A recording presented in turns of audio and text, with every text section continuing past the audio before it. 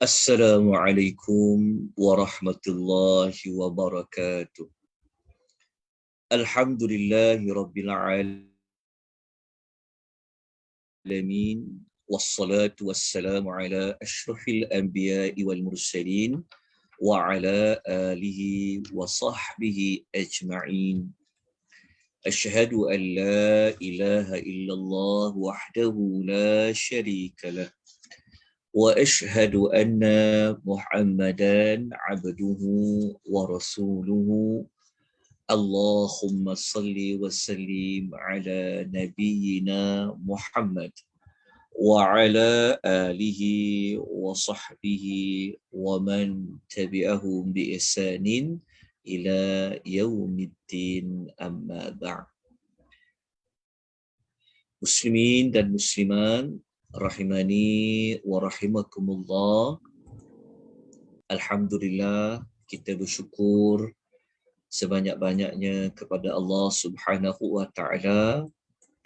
Pada pagi ini kita dapat bertemu sekali lagi untuk kita menambahkan ilmu pengetahuan kita berkenaan dengan susunan ayat-ayat Al-Quranul Karim, yang mana kita melihat kepada pembukaan dan penutupan surah-surah di dalam Al-Quran.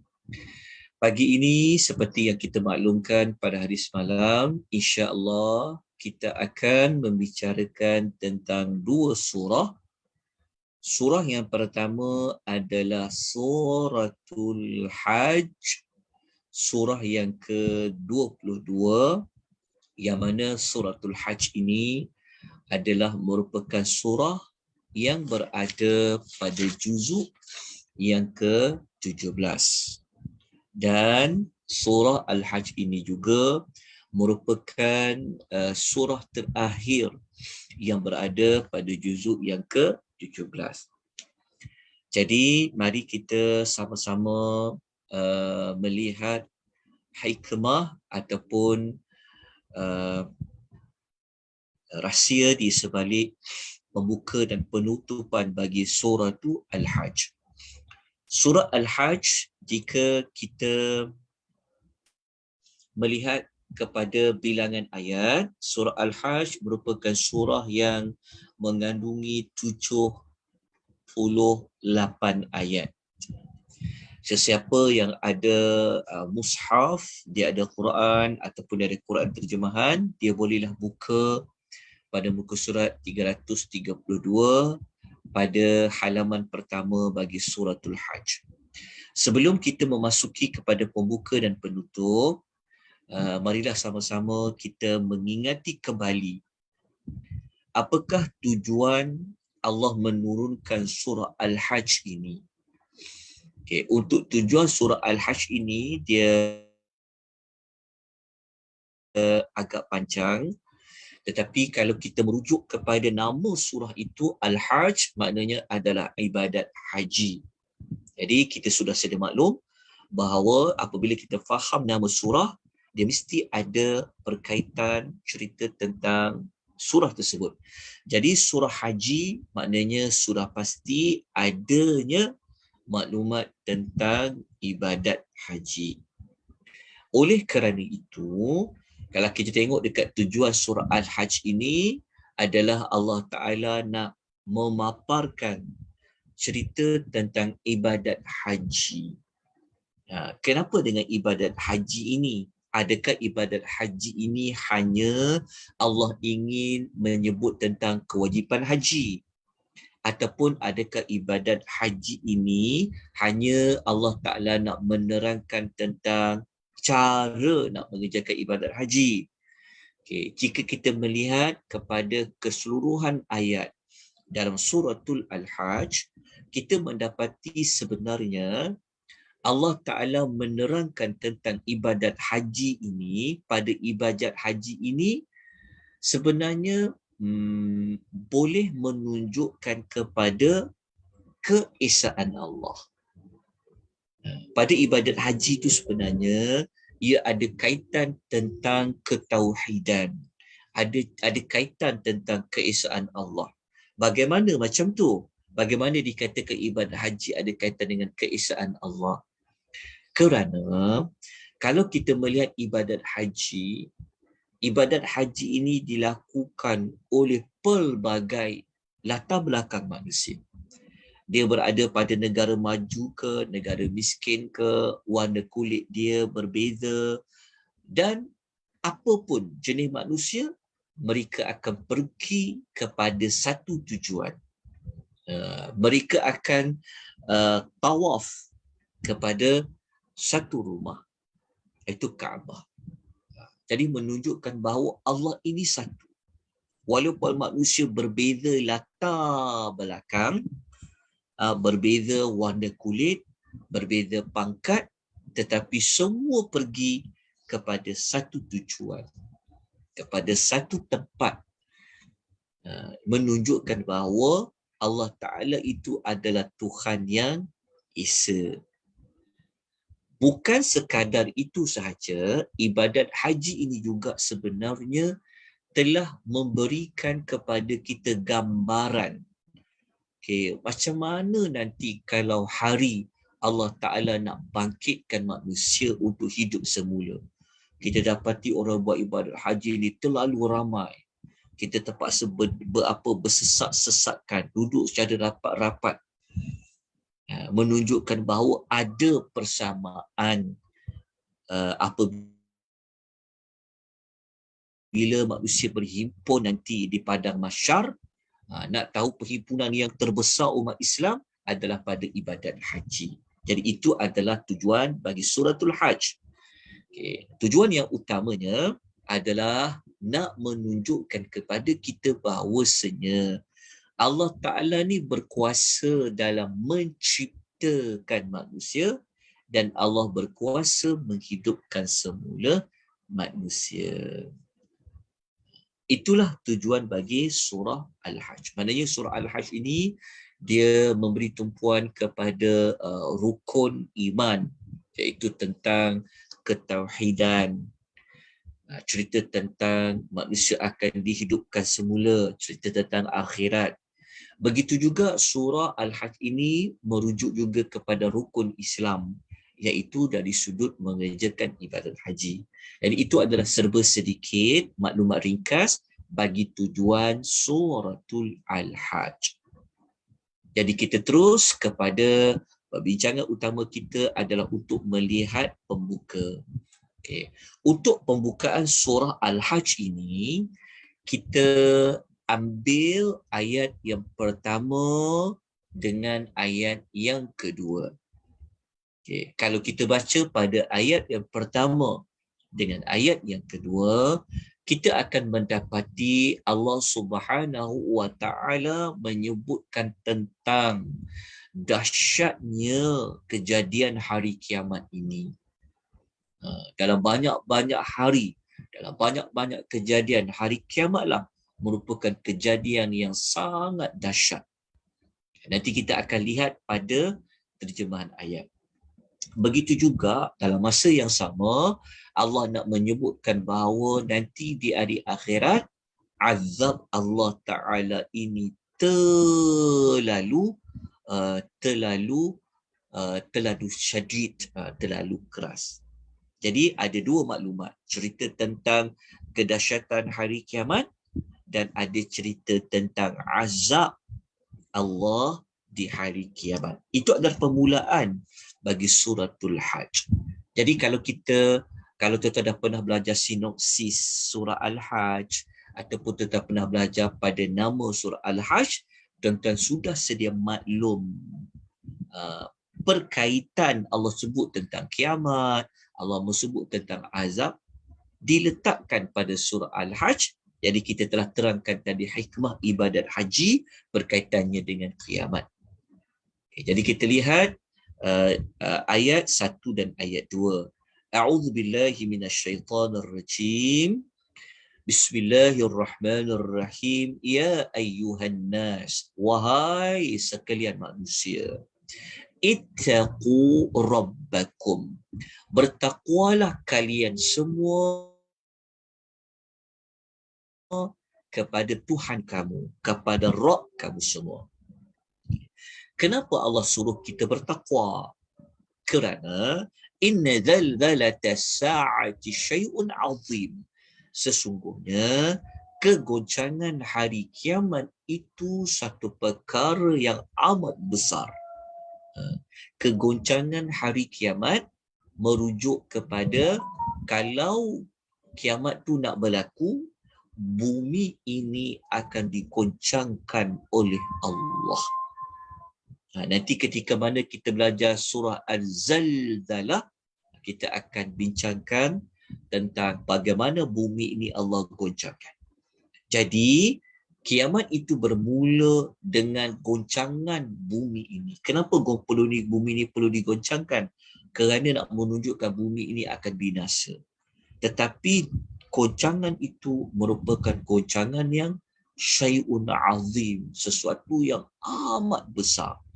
Maksudnya dalam banyak-banyak gempa bumi, kan, berlakunya gegaran di bumi ni tidak seperti mana gegaran, gempa dan goncangan yang berlaku di hari kiamat, sehingga Allah katakan goncangan itu, Allah kata syai'un azim, suatu perkara yang amat besar. Jadi pada ayat pertama buka surah Al-Hajj, kita ingat cerita pasal haji, sebab nama surah tu surah haji. Tetapi Allah memulakan dengan menyebut bagaimana dunia ini kalau dia binasa, maka akan berlakunya goncangan.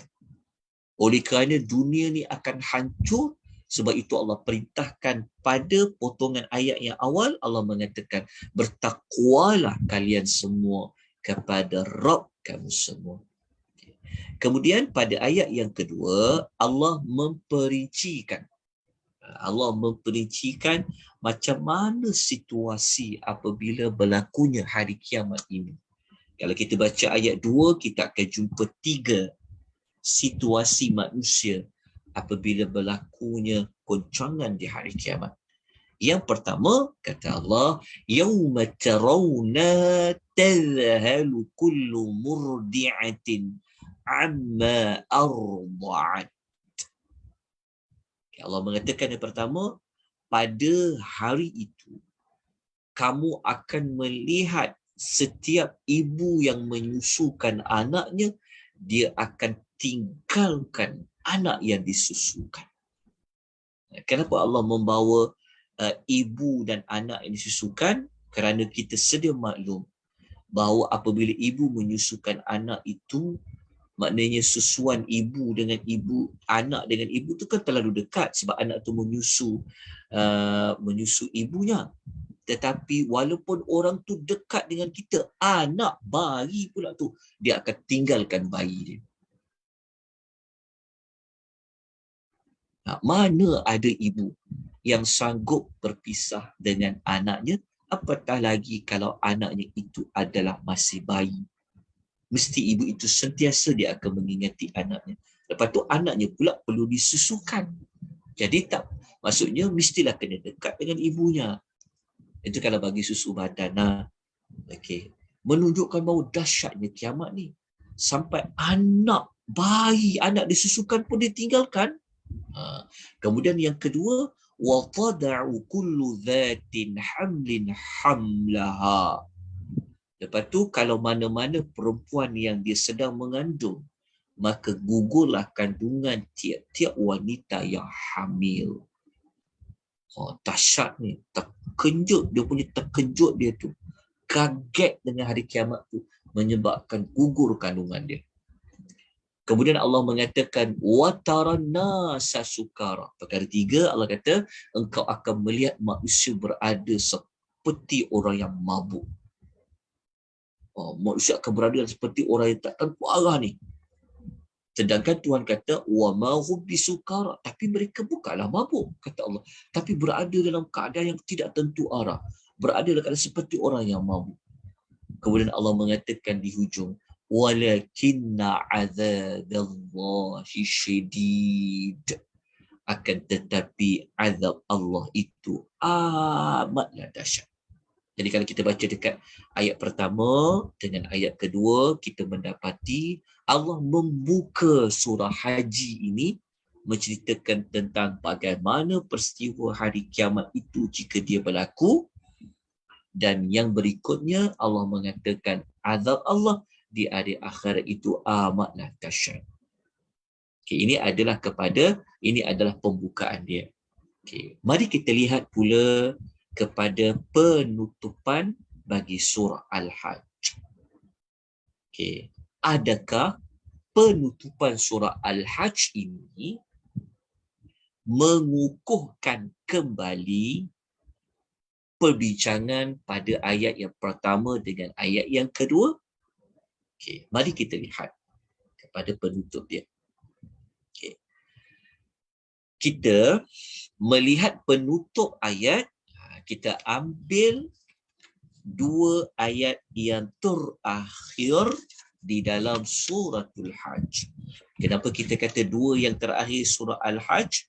Kerana ayat terakhir surah Al-Hajj ini adalah Allah menceritakan, ayatnya ada 78. Jadi kita mulakan dengan ayat 77 dengan ayat nombor 78. Yang mana dua ayat terakhir surah Al-Hajj yang kita jadikan sebagai penutupan surah Al-Hajj, ia mengulangi kembali apa yang telah Allah sebutkan pada ayat pertama dengan ayat yang kedua. Bukan mengulang ayat itu sama, tetapi perbincangannya, topiknya itu sama. Dan pada penutupan ini ada penambahan maklumat. Iaitu, kalau ayat 1 dan ayat 2, Allah hanya menyebutkan situasi di hari kiamat. Macam mana 3 jenis manusia tadi, termasuk azab Allah dahsyat. Tetapi pada penutupan, Allah memberitahu kepada kita tentang macam mana nak elak daripada huru-hara hari kiamat itu. Apa cara kita nak berada di hari kiamat ni dalam keadaan kita tenang, dalam keadaan kita bersiap sedia ni nak elak huru-hara hari kiamat ni. So pada dua penutup ayat ini ada dinyatakan. Begitu juga dua ayat yang terakhir ini memberikan kita jalan macam mana kita nak elak daripada azab Allah yang sangat syadid, yang sangat dahsyat, seperti mana ayat yang kedua yang kita baca tadi. Sebab kalau kita baca ayat 2, Allah hanya menyatakan azab Allah itu azaballahi syadid. Azab Allah tu sangat dahsyat. Jadi kalau kita baca sampai ayat yang kedua, kita akan berubah air muka kita, kan? Takut dalam hati kita, takutnya azab Allah. Semua orang takut kepada azab Allah. Kalau hatinya hidup, kalau imannya ada, dia akan rasa gentar, dia akan rasa takut dengan azab Allah. Tetapi Allah tidak menceritakan cara macam mana nak elak daripada azab dia yang syadid. Maka dekat penutupan memberikan kita jawapan. Jadi dekat penutupan ni, dia menyebut tentang dua cara elak daripada huru hari kiamat dan cara elak daripada dapat azab Allah yang amat dahsyat. Jadi kita bacalah ayatnya terlebih dahulu pada ayat 78. Jadi kalau kita baca pada ayat 77, kita akan jumpa beberapa perkara yang Allah meminta kepada kita lakukan.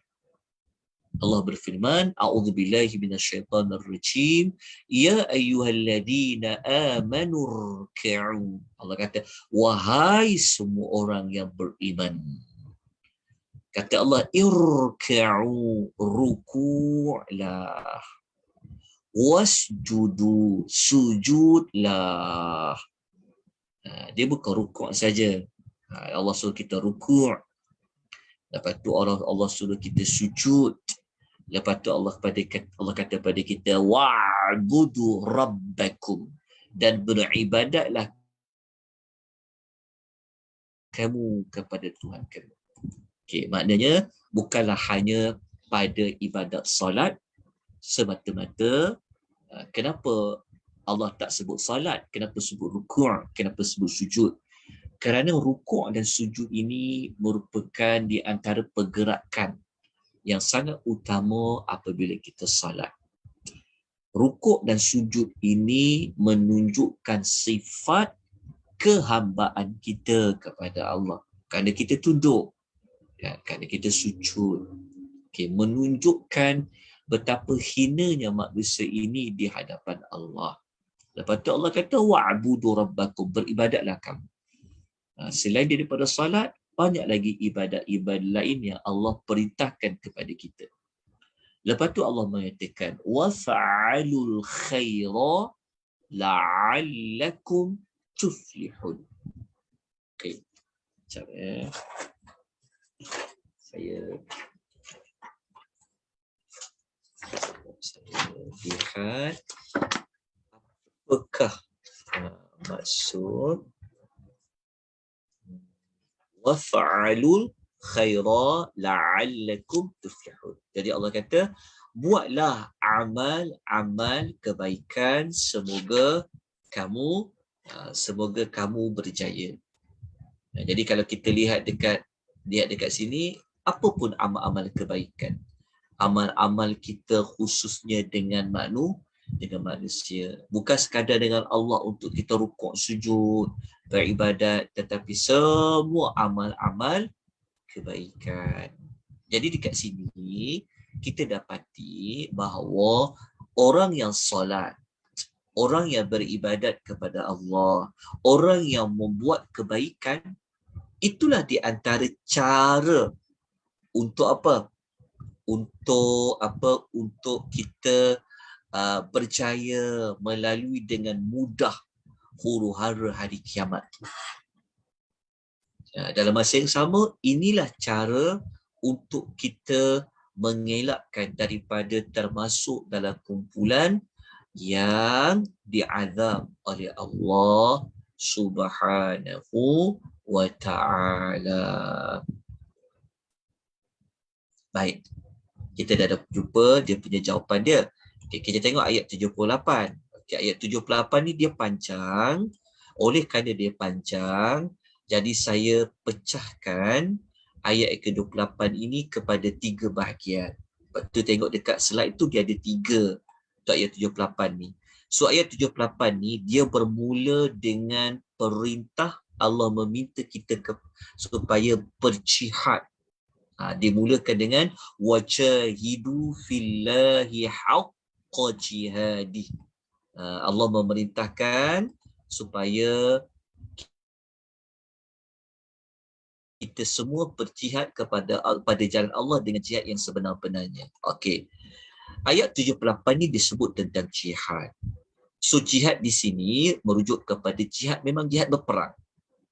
Memang jihad berperang. Okey. Surah Al-Hajj ini, buat pengetahuan tuan-tuan dan puan-puan ya, surah Al-Hajj ini merupakan surah yang turun setelah Nabi sallallahu alaihi wasallam berhijrah ke Madinah. Dan kita sedia maklum di Madinah ini penuh ataupun banyak siri-siri peperangan yang perlu dilakukan oleh orang-orang yang beriman. Jadi pada ayat 78 ni Allah menyebut tentang bab jihad di jalan Allah. Tapi bukanlah jihad yang biasa-biasa. Tapi jihad yang memang perlu berkorban jiwa raga. Jadi jihad ini juga merupakan cara untuk elak daripada huru-hara hari kiamat dan juga untuk mengelakkan daripada azab Allah yang dahsyat. Okay. Kemudian dia sambung, ayat dia panjang, tapi kita terus pergi kepada perbincangannya. Kita ambil kepada yang fa'aqimus solata. Jadi Allah pun mengatakan antara cara lain nak elak daripada huru hari kiamat dan azab hari akhirat, Allah kata faqimus solah. Allah kata kerjakanlah solat. Kerjakanlah solat ni bukan solat yang biasa-biasa, tapi yang benar-benar solat. Sebab tu dia kata faqimu. dirikanlah salat. Fa'aqimu ni maksud dia adalah fa'aqimu ni maksudnya tunaikan solat dengan sebenar-benar solat. Okey. Kemudian wa'atuz zakah, tunaikanlah zakat. Tak boleh solat saja, tapi perlu juga menunaikan zakat. Okey. Kemudian kena buat apa lagi? Wa'tasimu billahi, berpegang teguhlah kepada Allah. Berpegang teguh kepada Allah ini maknanya apa? Kita letakkan kepercayaan kita kepada Allah, keyakinan kita kepada Allah. Kita serahkan segala urusan kita kepada Allah. Berpegang teguh kepada Allah maksudnya kita bersandar kepada Allah, bergantung harap kepada Allah, serahkan urusan kepada Allah. Maka cara-cara inilah merupakan jawapan kepada macam mana nak elakkan huru-hara di hari kiamat. Sebab hari kiamat ni memang sangat dahsyat. Maka kalau nak dapat kesenangan di hari akhirat, buat amal-amal yang telah pun kita sebutkan tadi itu. Dan dengan lebih jelas lagi, dekat ayat ni Allah menyebutkan siapa pelindung kita nanti di hari kiamat. Bukan hari kiamat sajalah, di dunia pun Allah pelindung kita. Tetapi yang sangat-sangat kita perlukan perlindungan adalah di hari kiamat. Terutama daripada azab api neraka, kedahsyatan hari kepayahan hari kiamat, maka Allah mengatakan Allah itu adalah maulakum, dialah pelindung kamu. Tapi sebelum kita jumpa perkataan Allah tu pelindung kita, Allah minta kita lakukan amal-amal solat. Jadi kalau kita solat, kita tunaikan zakat, kita bertawakal kepada Allah, maka Allah akan jadi pelindung kita. Lepas tu, bukan Allah lindung pelindung yang biasa-biasa. فَنِعْمَ الْمَوْلَى وَنِعْمَ النَّصِيرُ. Maka Allah itulah sebaik-baik pelindung dan sebaik-baik pemberi pertolongan. Jadi kalau kita baca pada ayat yang hujung ni pun, kita akan dapati memang ada pertautan hubung kait dengan pembukaan. Kalau pembukaan Allah menyebut tentang huru-hara kiamat, sampai ibu yang ada anak dia tinggalkan anak yang disusukan, menunjukkan huru-haranya hari kiamat ni. Jadi apabila kita nak elak huru-hara kiamat, kita tak nak berada dalam keadaan orang yang susah, orang yang berada dalam keadaan yang sangat berada dalam kepayahan, maka kita ada pelindung kita. Siapa dia? Adalah Allah. Allah yang akan tolong untuk permudahkan. Orang lain berada dalam kepanasan, Allah boleh lindung kita daripada dengan naungannya. Ada orang yang Allah masukkan dia ke dalam api neraka, Allah adalah pelindung yang boleh elakkan kita daripada masuk ke dalam api neraka. Oleh kerana itu, pembuka dan penutup ini mempunyai perhubung kait yang sangat dekat antara satu sama lain. Okay. Jadi, kita teruskan dengan perbincangan yang berikutnya. Kita terus pergi kepada surah Al-Mu'minun. Kita ambil terus kepada surah Al-Mu'minun. Jadi moga-moga apa yang telah kita pelajari pada pembukaan dan penutupan surah Al-Hajj ini dapat memberikan kita sesuatu, dapat menambahkan lagi keimanan kita kepada ayat-ayat Al-Quranul Karim. Baik, kita terus kepada surah Al-Mu'minun. Okay. Surah Al-Mu'minun ini seperti yang kita sedia maklum, merupakan surah yang berada pada juzuk yang ke-18. Jadi kalau siapa-siapa yang dia dah bertadarus ataupun dia dah membaca, dah masuk kepada surah Al-Mu'minun, bermakna tuan-tuan sudah pun memasuki juzuk yang ke-18.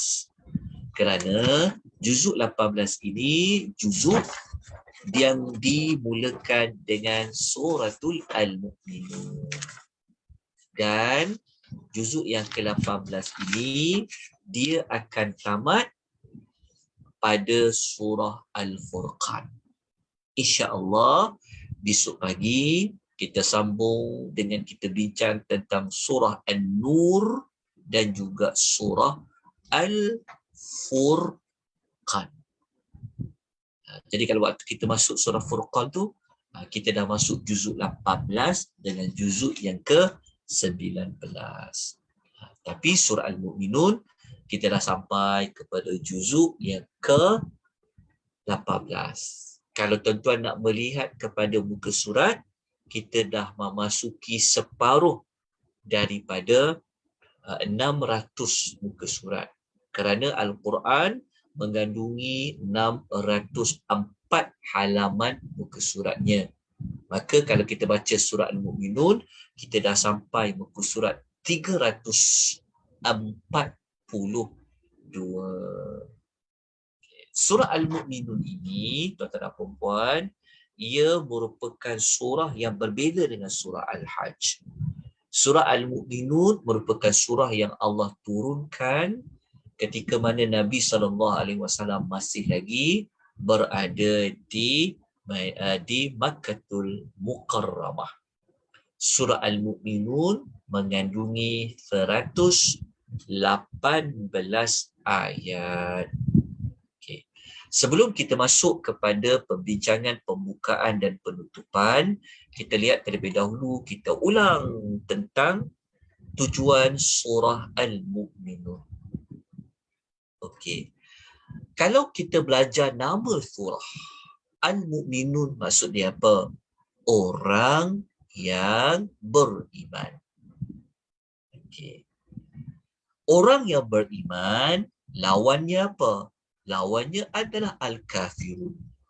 Sebab itu dalam Al-Quran, dia ada surah Al-Mu'minun, dia ada surah lawan kepada Al-Mu'minun, iaitu Al-Kafirun. Okay. Oleh kerana itu, kalau kita lihat 118 ayat dalam surah Al-Mu'minun, kita mendapati surah Al-Mu'minun ini surah yang Allah nak menjelaskan kepada kita tentang kejayaan orang yang beriman dan kegagalan orang yang tidak beriman. Hanya yang akan berjaya orang beriman. Di dunia pun dia berjaya, di akhirat pun dia berjaya. Begitu juga orang yang gagal adalah orang kafir. Di dunia dia gagal, di akhirat pun dia gagal. Jadi kalau siapa yang baca surah Al-Mu'minun ini, surah yang memberikan kepada kita tips ataupun cara ataupun apakah kaedah ataupun apakah tindakan yang perlu kita lakukan bagi kita mencapai kejayaan di dunia dan di hari akhirat. Itu adalah serba ringkas tujuan suratul Mu'minun. Jadi kita lihat kepada pembuka suratul Mu'minun.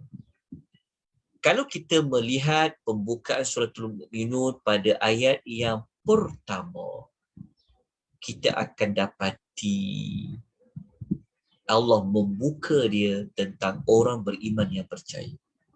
Okay. Kalau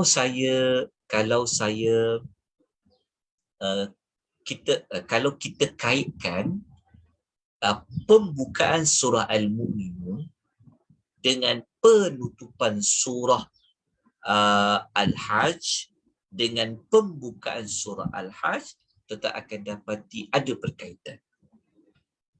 Kalau kita baca ayat 78 surah Al-Hajj, iaitu ayat terakhir surah Al-Hajj yang kita belajar tadi, Allah menyebutkan bahawa dialah pelindung, dialah penolong bagi orang yang beriman.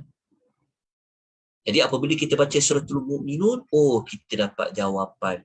Rupa-rupanya Allah yang menjadi maula, yang menjadi pelindung kita pada surah Al-Hajj tadi, telah melindungi kita daripada api neraka. Jadi kalau Allah lindung kita daripada api neraka, kita akan terselamatlah.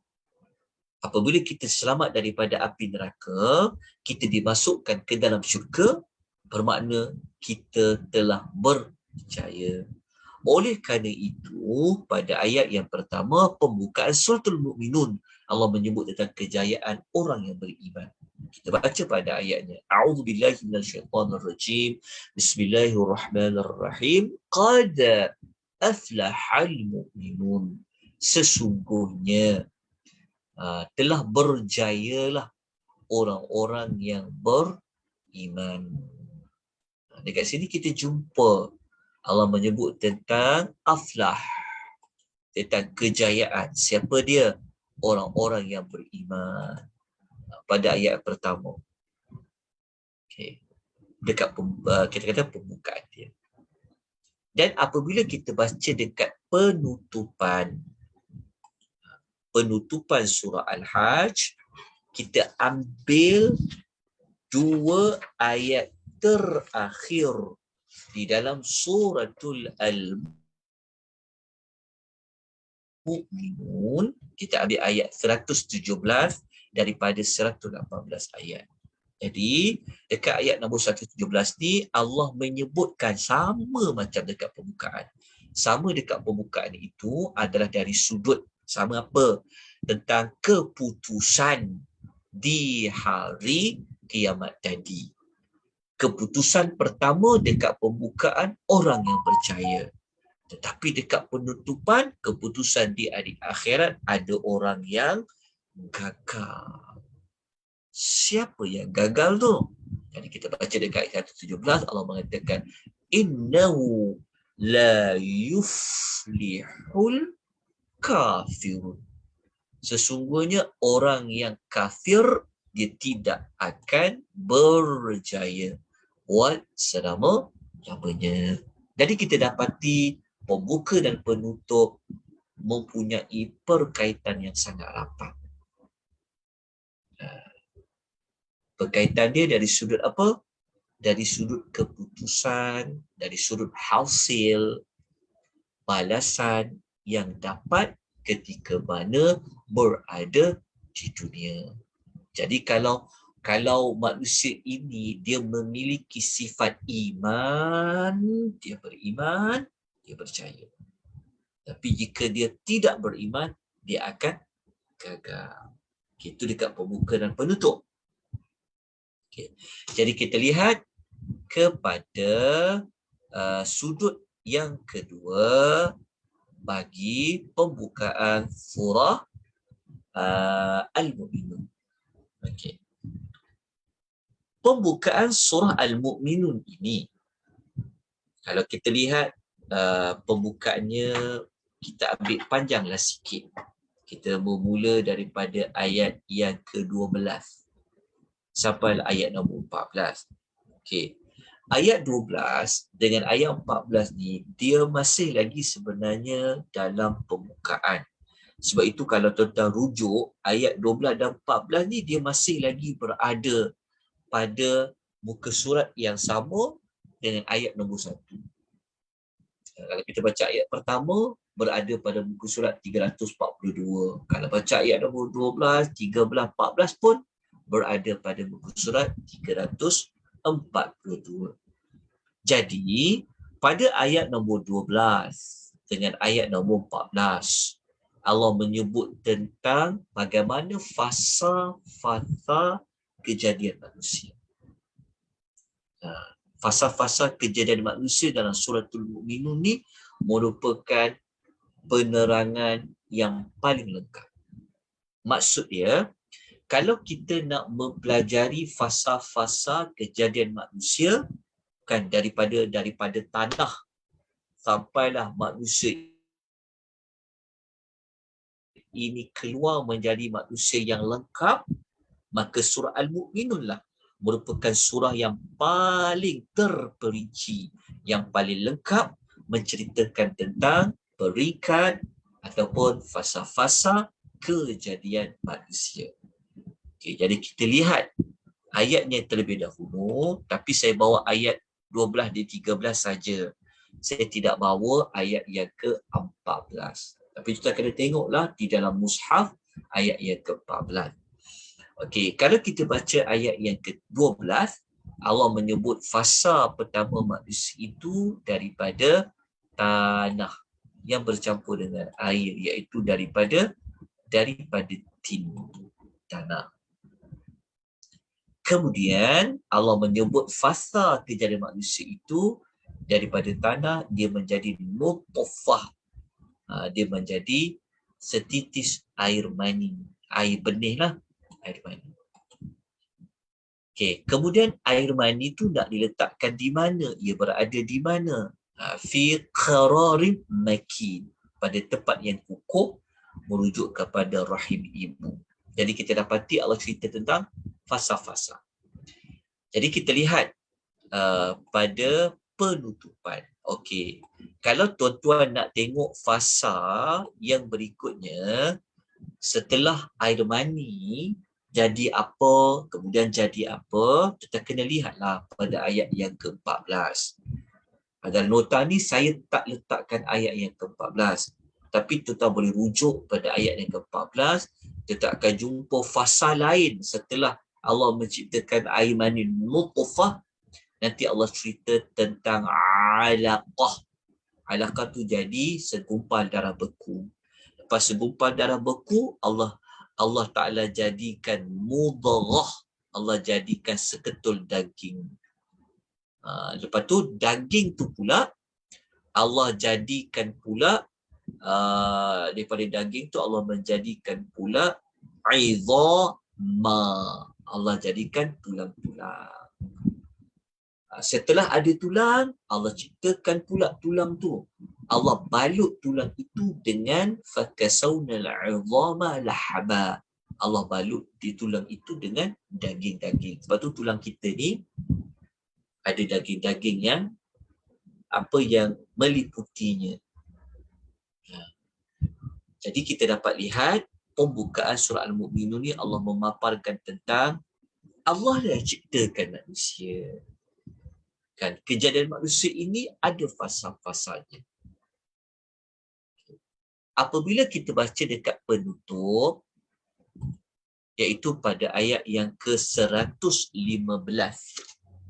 daripada 118 ayat surah Al-Mu'minun, kita akan dapati Allah cipta kita yang ada fasa-fasa tadi itu. Daripada fasa tanah datang kepada air mani, kepada segumpal darah, jadi daging dari tulang tadi tu. Allah dah cerita dekat pembukaan. Okay, jadi kita pun baca dekat pembukaan, kita rasa takjub kan, Allah yang cipta kita, lengkap tubuh badan kita. Tetapi Allah belum cerita lagi tentang kenapa kamu dijadikan. Kenapa Allah Ta'ala izinkan kita menjadi manusia? Kenapa? Maka nak tahu jawapan kenapa Allah ciptakan manusia, maka pada penutupan surah Al-Mu'minun Allah memberitahu kenapa kau diciptakan. Okey, jadi kita lihat kepada ayat 115. Jadi waktu kita baca ayat nombor 115, Allah Ta'ala berfirman. Ayat 115 ni kalau dalam Quran, dia berada pada muka surat 349. Allah mengatakan, Hafa hasibtum annama khalaqnakum abasa. Dekat sini dia punya ayat dia. Allah kata, maka adakah patut kamu menyangka bahawa kami hanya ciptakan kamu saja tanpa sebarang hikmah? Maksud dia, kalau kita nak tahu manusia jadi seperti apa, daripada apa fasa dia, kita dah jumpa kat pembukaan. Tetapi pada ayat penutupan ni 115, Allah Ta'ala menempelak sesiapa manusia yang dia ingat Allah ciptakan manusia ni saja-saja je nak cipta, tak perlu buat apa-apalah, ikut sukalah nak buat apa. Tak. Pada ayat penutup ni Allah nak memberitahu kepada kita bahawa Allah ciptakan kita daripada satu fasa kepada satu fasa tu sebenarnya ada sebab ada hikmah dia. Kenapa kita ini Allah lahirkan, Allah ciptakan kita. Ya, maknanya ada tujuan dia. Ada sebab Allah lahirkan kita ke muka bumi ni. Ada sebab. Okay. Kalau kita kembali kepada, ambil balik kepada surah Al-Fatihah, kita akan jumpa sebab apa Allah ciptakan kita. Kita dah sebut dah, Al-Fatihah ni surah yang mengajak kita kenal Allah.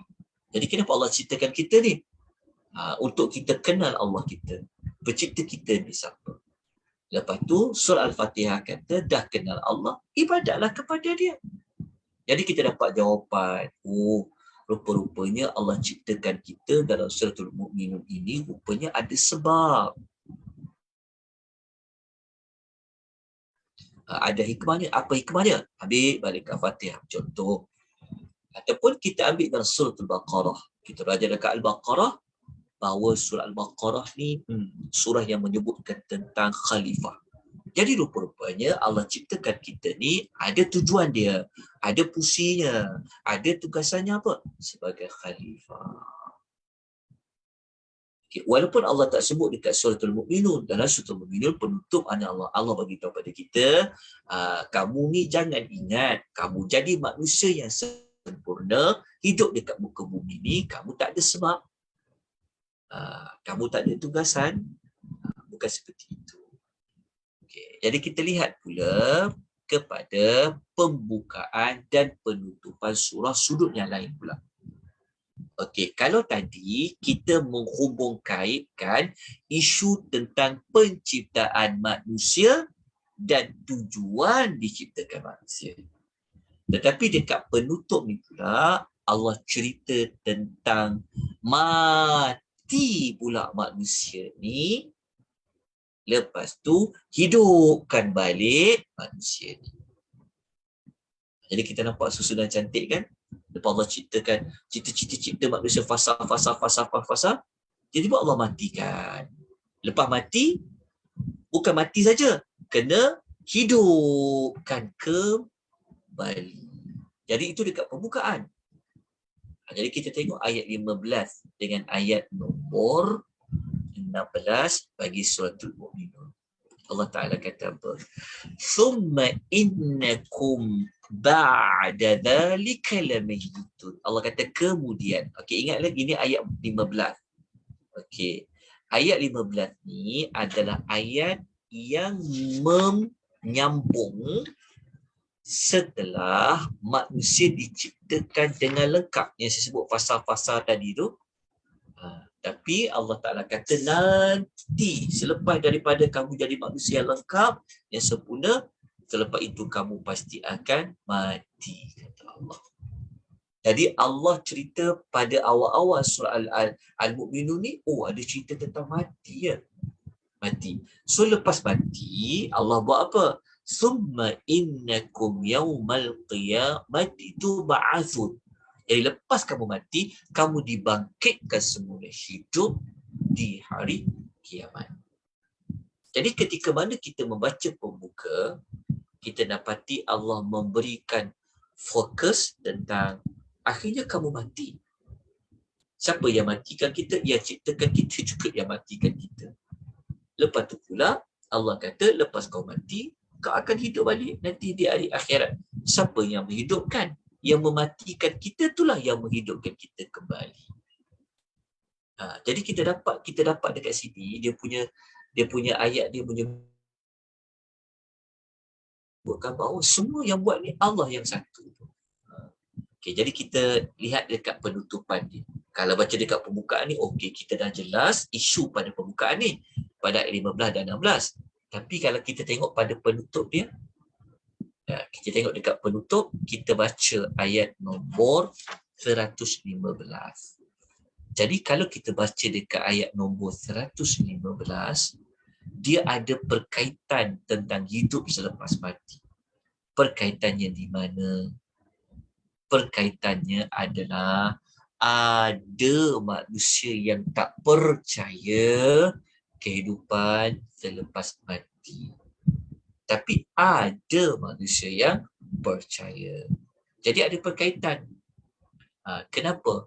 Sebab kalau kita baca dekat pembukaan tu, Allah banyak menggunakan kata penegas. Allah guna banyak tegasan dekat sini. Allah guna inna, aku la, Allah guna tegasan. Atau Allah guna innakum, Allah guna penegasan kan. Nak menegaskan bahawa akhirnya kita mati dan kita akan hidup semula. Okay. Lepas tu dekat penutupan Allah memberitahu bahawa ada orang dia berfikir, ya. Ada orang dia berfikir seperti dia ni hidup, lepas tu dia mati dah takat tujuan. Tapi pada ayat ni Allah mengatakan wa annakum ilaina la turja'un. Allah kata, dan kamu pula menyangka, oh kamu takkan kembali kepada kami. Jadi dekat ayat ni menunjukkan bahawa ada orang berfikir. Dia percaya, lepas dia hidup, dia mati, dah takat tujuan. Tetapi tak.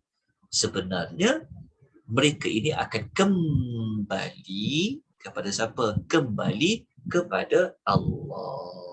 Jadi kita dapati bahawa ada keserasian antara pembuka dan penutup. Kan? Pembuka dan penutup. Jadi kesimpulan dia adalah, setelah kita tahu pembuka dan penutup, tuan-tuan pun saya yakin tuan-tuan dah dapat mesej yang Allah nak sampaikan kepada kita apa? Kita ni asalnya tak ada. Allah cipta kita dengan sempurna. Tapi ingat,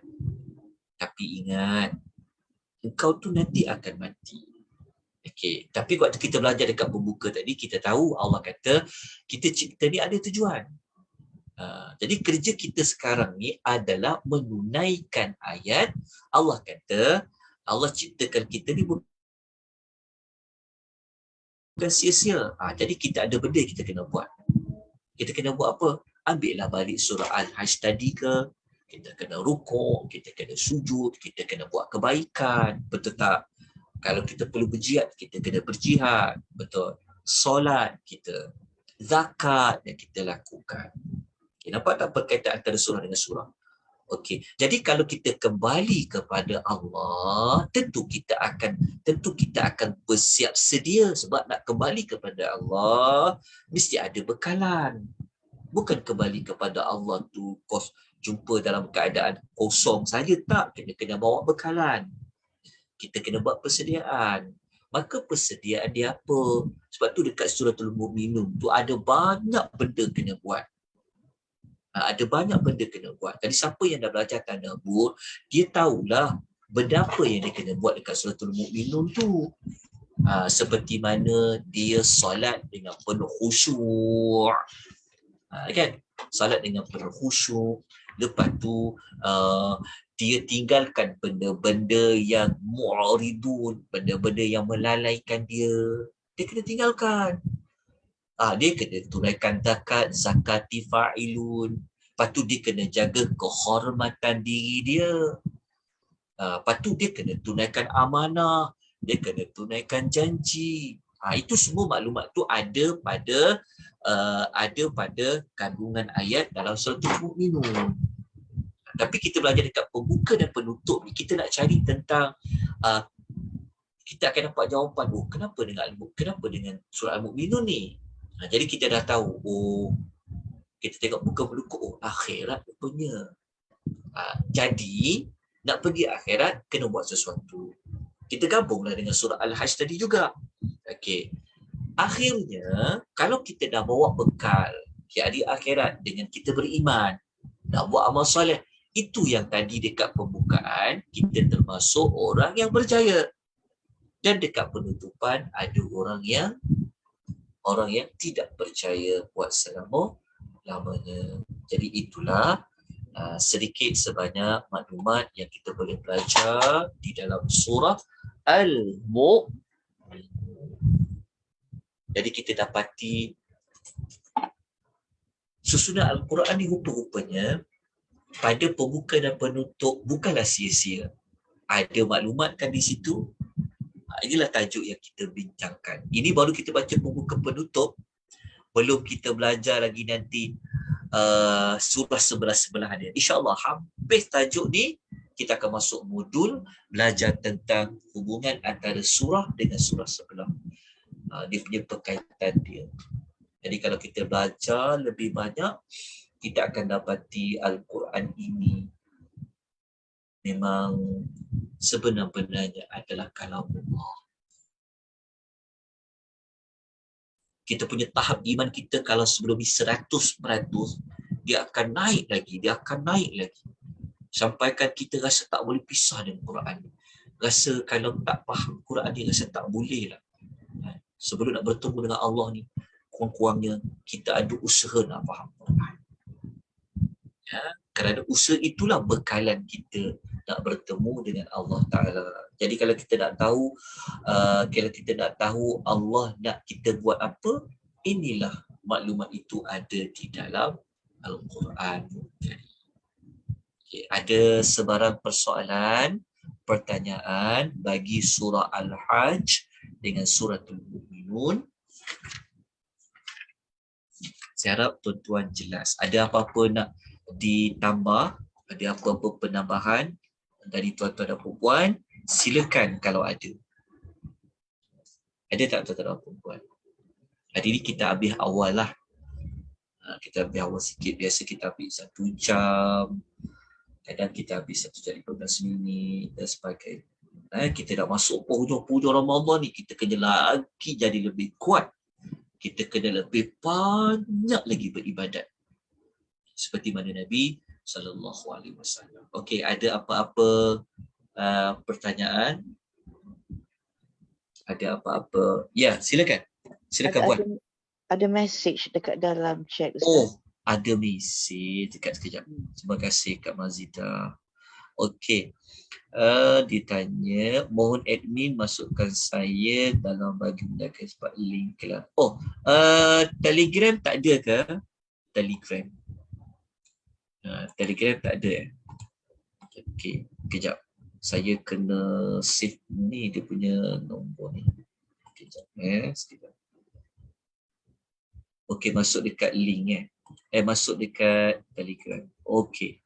Tuan-tuan dan perempuan ya, buat pengetahuan tuan-tuan dan perempuan, kita ada dua saluran utama untuk perkembangan kelas, ada di Telegram dan ada juga di WhatsApp group. Siapa nak tahu maklumat awal, dia ada dekat Telegram, sebab Telegram tu sumber rujukan utama dia. Lepas tu baru dihantar kepada WhatsApp.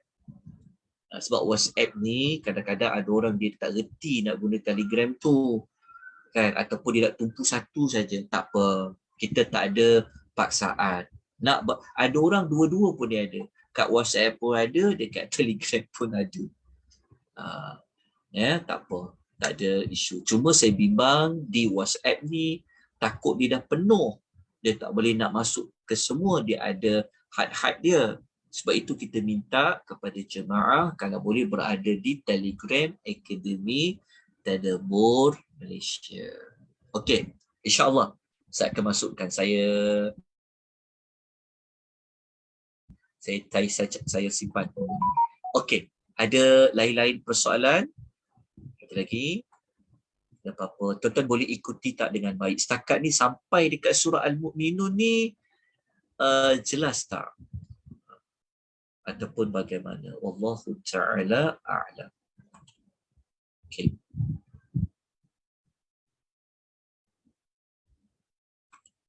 Okey, tuan-tuan. Jalan, tak ada apa-apa soalan Tak ada, Ustaz. Tak ada. Okey, kalau tak ada, okey, kalau tak ada, terima kasih semua. Jazakumullahu khairan. Kita sama-sama mohon kepada Allah memberikan kita lagi peluang untuk kita teruskan kita belajar sampai kita tamat 114 surah. Alhamdulillah kan, bukan sekadar kita boleh tadarus, kita boleh baca, tapi kita juga boleh memahami sedikit sebanyak isi kandungan surah-surah di dalam Al-Quran. Jadi kita sudahi dengan aku qouli hadza wa astaghfirullahal azim tasbih kafarah. Subhanakallahumma wa bihamdika asyhadu an la ilaha illa anta astaghfiruka wa atubu ilaik. Wabillahi taufiq wal hidayah. Wassalamu alaikum warahmatullahi wabarakatuh.